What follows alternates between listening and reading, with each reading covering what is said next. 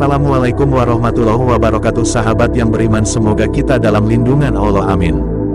Gerakan tanggal 30 September tahun 1965 G30 SPKI terjadi di saat-saat kondisi kesehatan Presiden Soekarno sedang kritis. Dan terbongkarnya pemberontakan G30 SPKI, pembunuhan 6 jenderal Baik Indonesia, dan 1 perwira yang dihabisi PKI pada tahun 1965 yang dipimpin Letkol Untung PKI. Tonton sampai habis biar menambah pengetahuan dalam sejarah. Dan bila suka dengan sejarah ini, tekan tombol subscribe dan bunyikan loncengnya biar tidak ketinggalan sejarah yang bermanfaat dari Kodi Channel. Selamat menonton. Melalui gerakan tanggal 30 September tahun 1965 G30 SPKI, komunis berharap bisa menggantikan pemerintahan RI yang berlandaskan Pancasila.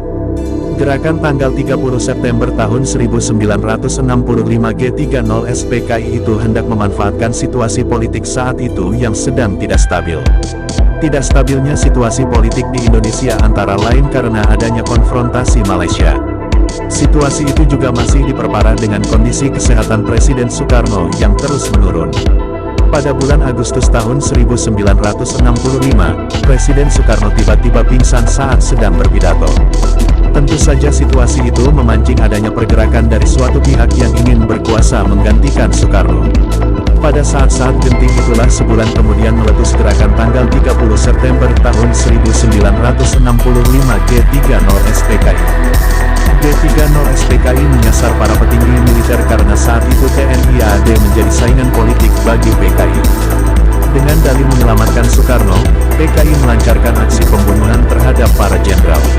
Untuk menutupi aksinya itu, PKI kemudian menyiarkan hoaks dengan menyebut para jenderal korban G30 SPKI sebagai Dewan Jenderal. PKI menyiarkan kabar bohong tentang Dewan Jenderal yang akan mengadakan kudeta, dan mencegahnya dengan melakukan pembunuhan. Kabar bohong itu disiarkan melalui pidato Letkol Untung sebagai komandan G30 SPKI melalui RRI yang berhasil dikuasainya. Sementara itu di markas Kostrad, Pangkostrat Maijen Soeharto menyadari gerakan PKI pada tanggal 30 September tahun 1965 adalah pemberontakan. Dia pun mengambil alih sementara kepemimpinan TNI AD yang saat itu terpecah belah karena hasutan PKI.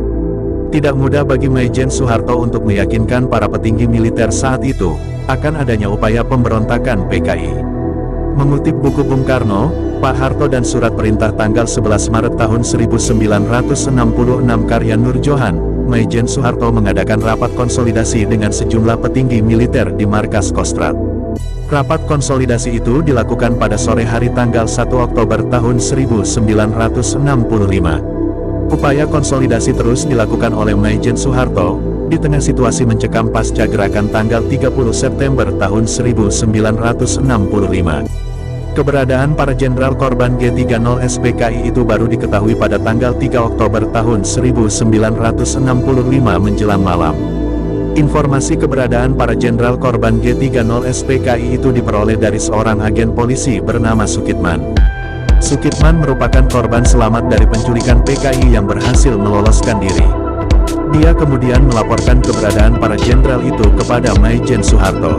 6 jenderal dan 1 perwira tinggi TNI AD korban G30 SPKI itu dikubur dalam sumur di Lubang Buaya, Jakarta Timur. Semoga 6 jenderal 1 perwira diberi derajat yang tinggi di sisi Allah, amin.